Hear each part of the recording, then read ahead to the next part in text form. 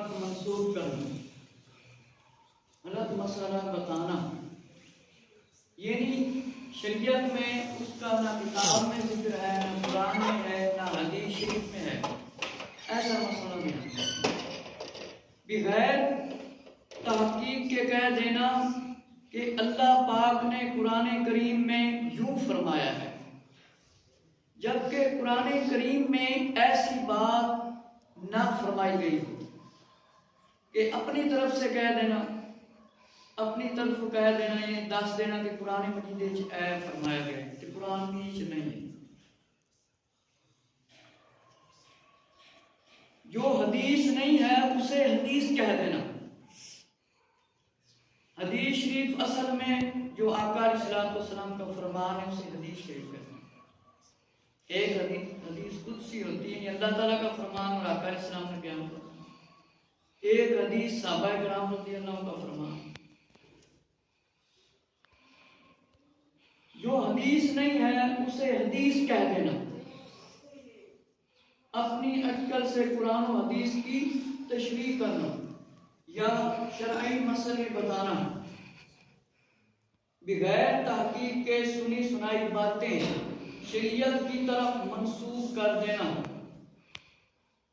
यानी एक बात हमने किसी से सुन ली, वो ना कुरान में ना हदीस में है, और कहते हैं ये मैंने सुना फलां से सुना, फलां से सुना, उसकी दलील भी उसने नहीं बयान फरमाई और आगे बता रहे हैं, शरीयत की तरफ मंसूब कर दें। मसलन तमाम में मशहूर है कि दूध पीते बच्चे का पेशाब पाक है,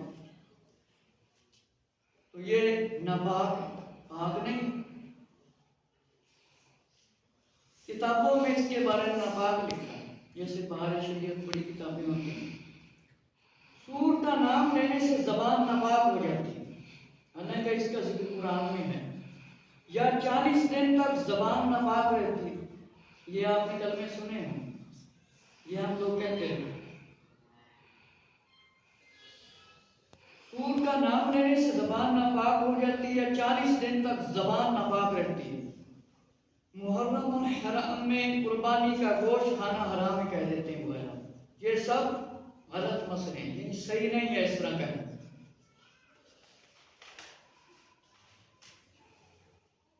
गलत मसला बयान करना गुनाह कबीरा है। कबीरा गुनाह कौन सा होता है? बड़ा, बड़ा गुनाह, हराम और जहन्नम में ले जाने वाला काम है। कबीरा गुनाह, बड़ा गुनाह जिसे हम कहते हैं। नंबर 2, गलत मसला बयान करने वाले पर तौबा वाजिब है, और जितनों को गलत मसला बताया उन तक दुरुस्त बात पहुंचाना और गलती का इजाला करना, इजहार करना, दोबारा बता देना भी जरूरी है।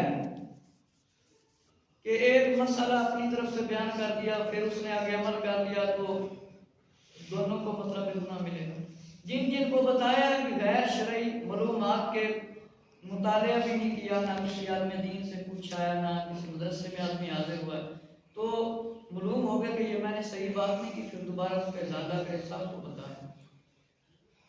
और फरमाया कि जितने को गलत मसला बताया उन तक दुरुस्त बात पहुंचाना, दोबारा उसका इजाला कहते हैं, इजहार कर देना दोबारा।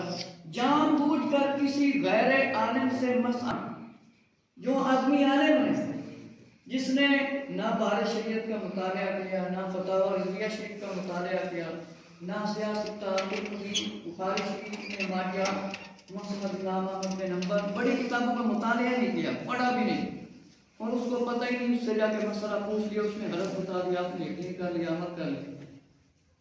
मतलब है जानबूझकर आपको इल्म नहीं, आदमी आलिम है या नहीं, इसका दीन से लगाव है कि नहीं, उससे मसला पूछे। अल्लाह रब्बुल इज्जत ने कुरान मजीद में फरमाया है, तर्जुमा कंज़ुल ईमान, और उससे बढ़कर जालिम कौन, जो अल्लाह पर झूठ बांधे। मशहूर मुफस्सिर कुरान हकीम और उम्मत मुफ्ती अहमद यार खान नईमी रहमतुल्लाह ताला ने इस आयत के बारे में लिखा है, पुरानी आयत की गलत तावील करना, झूठी अहादीस गढ़ना, अहादीस की गलत शरह करना, झूठे मसले बयान करना, ये सब अल्लाह पाक पर झूठ बांधना। कि सुनने वाले समझते हैं ये जो कुछ कह रहा है अल्लाह का फरमान, शरीयत का हुक्म, फरमाया जबकि हकीकत में ऐसा नहीं है। कि ये नहीं अपनी तरफ से बात कुरान की तरफ मंसूब कर दी, हदीस शरीफ की तरफ मंसूब कर दी तो रसूल इस्लाम की तरफ चलेगी बात। अगर कुरान का नाम दे दिया तो कुरान की तरफ चले जाएगी, वो कुरान में नहीं हो। और अपनी तरफ से ये मतलब मसले बयान करना, ये शरीयत पर क्या है? बुहतान है। हकीकत में ऐसा नहीं होना चाहिए, ये झूठ है, अल्लाह पाक पर झूठ है। कुछ ऐसे लोग होते हैं कहते हैं अल्लाह ने कुरान में फरमाया, अल्लाह ने कुरान में फरमाया, अल्लाह को कुरान में नहीं होता। जो बगैर इल्म के फतवा दे उस पर जमीन और आसमान के फरिश्ते लानत करते हैं। अब लानत का क्या मतलब है? रहमत ना, जिस तरह हम लोगों की आदत होती है कहता है लाफ नानत, माँ बेटे को कह देती है या बाप भी बेटे को कह देता है, बेटा भी बाप को कह देता है। और जो बगैर इल्म के फतवा दे उस पर जमीन और आसमान के फरिश्ते लानत करते हैं। एक हदीस पाक में फरमाया जो फतवा देने में ज्यादा जुर्रत करता है वो आग पर ज्यादा जुर्रत करता है।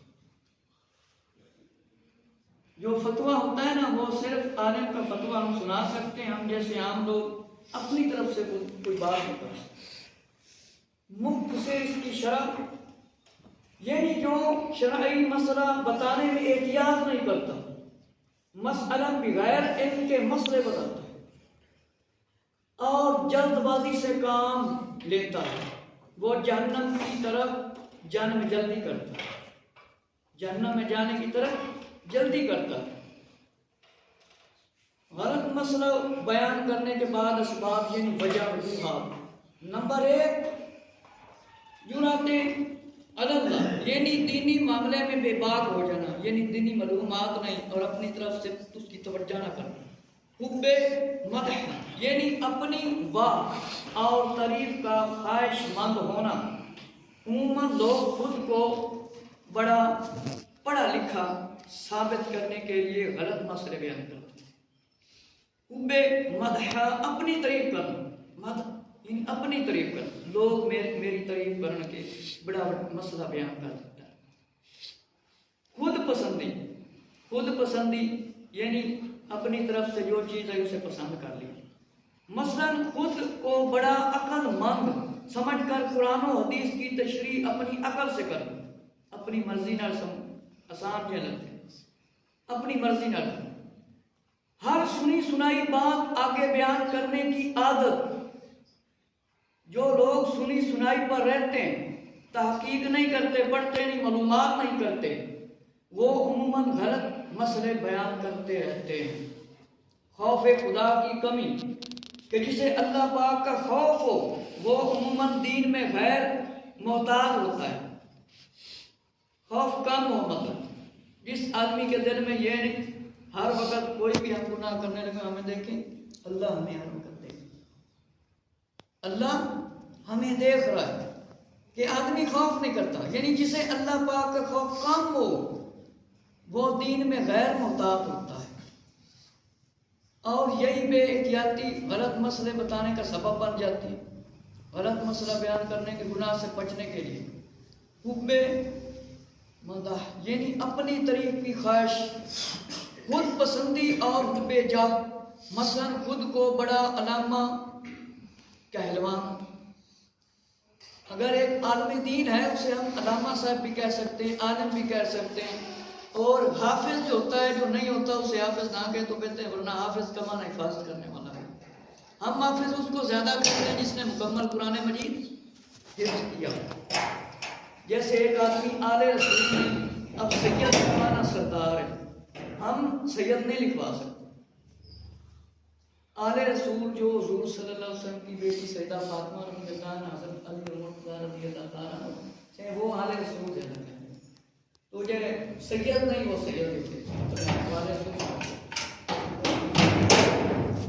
इसी तरह जो आलिम नहीं वो अपने आप में अलामा ज्यादा ना कराए तो बेहतर है उसके लिए। कोई इतना बड़ा मसला पूछ ले ना बयान कर सके। फिर फरमाया अल्लामा कहलवाने की चाहत से बचिए, ये बहुत ही खतरनाक और बातनी बीमारी है। बातनी बीमारी अंदर की बीमारी। दिल में खुदा बढ़ाने की कोशिश कीजिए। खौफ खुदा का मतलब क्या है ना करें, दीन में मोहतात हो जाइए, मोहतात हो जाइए, होशियार हो जाइए दीन के मामले में।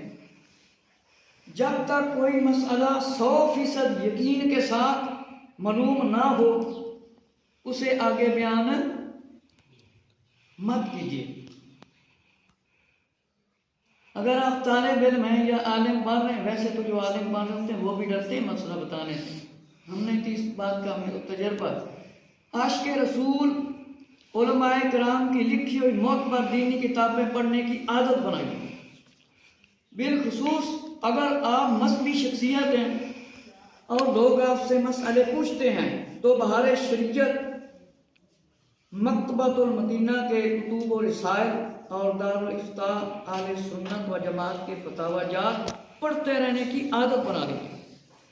मसलन अमीर सुन्नत दामत बरकातुहू आलिया की किताबें 25-30 सफ़े की होती हैं, बयान भी होते हैं, वीडियो भी, ऑडियो भी। उनमें आप रोज़ाना 2-3 सफ़े पढ़ तो आपको मालूमात मिल जाएगी। अमीर सुन्नत के बयान आसान होते हैं। तो यानी उलमा आले सुन्नत व जमात की किताबें पढ़ें। और मोबाइल एप्लीकेशन भी है, इसे इंस्टॉल कर लीजिए, वक्तन फवक्तन यानी फतावाजात पढ़ते रहिए। इतनी तरक्की है, मोबाइल जो है वो ज़रूरी नहीं कि हम गानों के लिए इस्तेमाल करें, फिल्मों के लिए इस्तेमाल करें या मजाकिया प्रोग्रामों के लिए इस्तेमाल करें या क्रिकेट का मैदान जहाँ पर हॉकी फुटबॉल का गेमें हो वहाँ पे बेपर्दगी दिखाई दे। ये ज़रूरी नहीं कहीं के लिए हम इस्तेमाल करें। हम कुरान के लिए इस्तेमाल करें, नात के लिए इस्तेमाल करें, उलमा इस्लाम के बयान के लिए इस्तेमाल मोबाइल को। अब मोबाइल के अंदर गुनाह भी है, सवाब भी, वो हमारी इस खोपड़ी के जरिए आगे आना। हमने मोबाइल में कुरान मजीद की तिलावत सुनी तो सवाब, हमने नात सुनी तो सवाब, हमने वालिदैन या उस्ताद का एहतराम या इस्लाम के बारे में मालूमात की तो सवाब। अगर हमने फिल्में देखी या ख़राब किस्म के प्रोग्राम फजूल देखे तो फिर गुनाह। गलत मसले बताने की नौबत ही नहीं आएगी इंशाअल्लाह अगर आप मदनी मुज़ाकरों में शिरकत करें।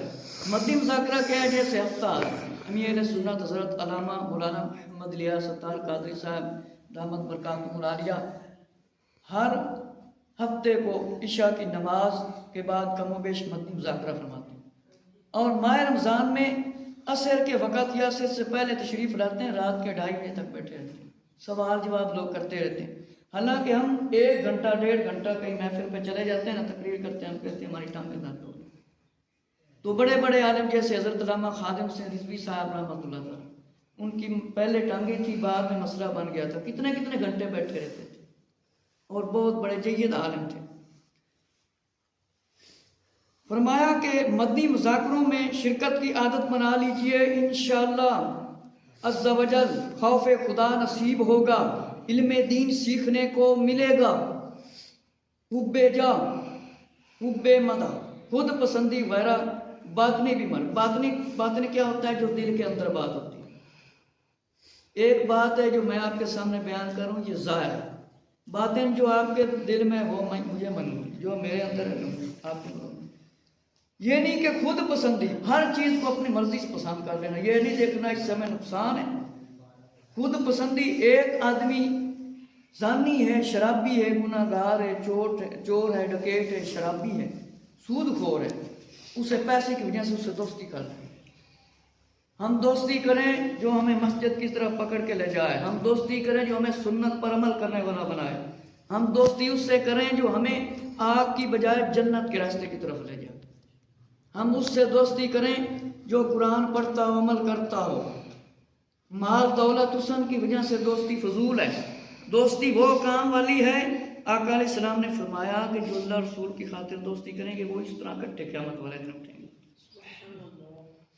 दोस्ती के बारे में पूछा जाएगा, दोस्ती देख कर करें। और फरमाया खौफ खुदा नसीब होगा, इल्म दीन सीखने को मिलेगा। हुब्बे जा, खुद पसंदी अपनी आदत छूट जाएगी। अंदर की जो बीमारियां हैं, हमारे दिल के अंदर बड़ी बड़ी बीमारियां हैं। एक बीमारी का इलाज डॉक्टर करता है, एक बीमारी का इलाज आलिम और अल्लाह के वली करते हैं, वो इल्म दीन के जरिए होती है। तो फरमाया कि बातनी बीमारियों की काट होगी, दीन में मोहताज होने का ज़हन बन जाए। अब थोड़ा सा रह गया नोट के फरमाया गलत मसला